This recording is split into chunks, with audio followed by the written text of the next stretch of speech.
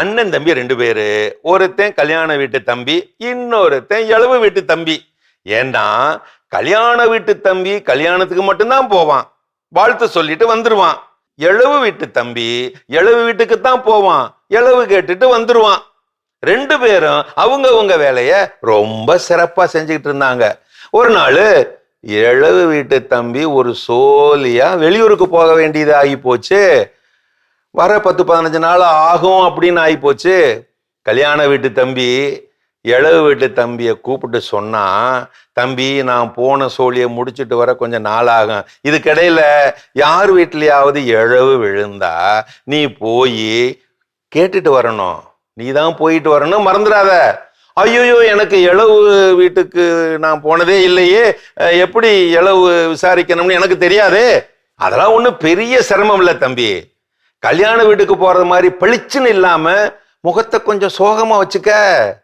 செத்தவன் எவ்வளவு பெரிய யோக்கியனா இருந்தாலும் அவனை புகழ்ந்து பேசு. போன உடனே அடா அடா அடா எப்பேற்பட்ட குணம் எப்பேற்பட்ட குணம் அப்படின்னு ஆரம்பிச்சு புகழ்ந்து பேசு.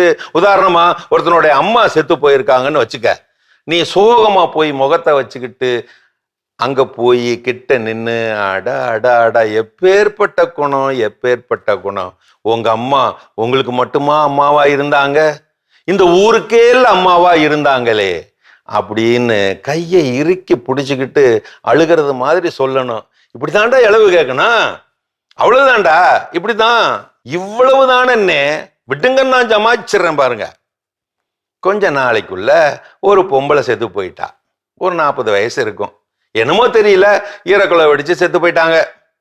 இவன் துக்க விசாரிக்க போகணுமே. அண்ணன் கொடுத்த வழிகாட்டு நெறிமுறைகளை மனசுல வச்சுக்கிட்டு தம்பிக்காரன் கிளம்புனா. இளவு வீடு வந்துச்சு. மூஞ்சிய படுசோகமா வச்சுக்கிட்டு போனான். புருஷக்காரனை கண்டுபிடிச்சு பக்கத்துல போய் அப்படியே பதவிசா நின்னான். அந்த புருஷங்காரன் கையை ஆதரவா இறுக்கி பிடிச்சுக்கிட்டான்.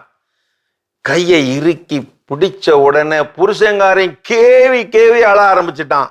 இவன் ஆதரவா ஆறுதலா அந்த ஆறுதல் வார்த்தையை சொல்லிவிட்டான்.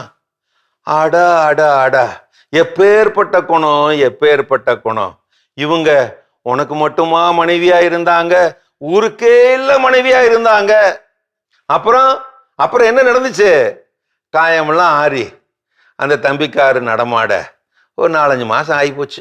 செய்யக்கூடாத இடத்தில் செய்யக்கூடாததை உணர்த்தும் ஊரக சிரிப்பாணி கதை இது. இழவு சொல்வதும் இழவு கேட்பதும் ஒரு மகத்தான மனித நேய கலை. ஓர் இழப்பை 1000 வார்த்தைகள் ஈடு செய்யாது. வார்த்தைகளற்ற ஆழ்ந்த அமைதியான உடனிருப்பே அந்த இழப்பை ஈடு செய்யும். ஒருவரின் மகிழ்வு நிகழ்வுகளில் உடன் இருப்பதை விட இழப்பு நிகழ்வுகளில் உடன் இருப்பதையே உலகம் உன்னிடம் எதிர்பார்க்கிறது. ஆம், உடனிருப்பு. அதில் இறைவனுக்கும் உடன்பாடு உண்டு.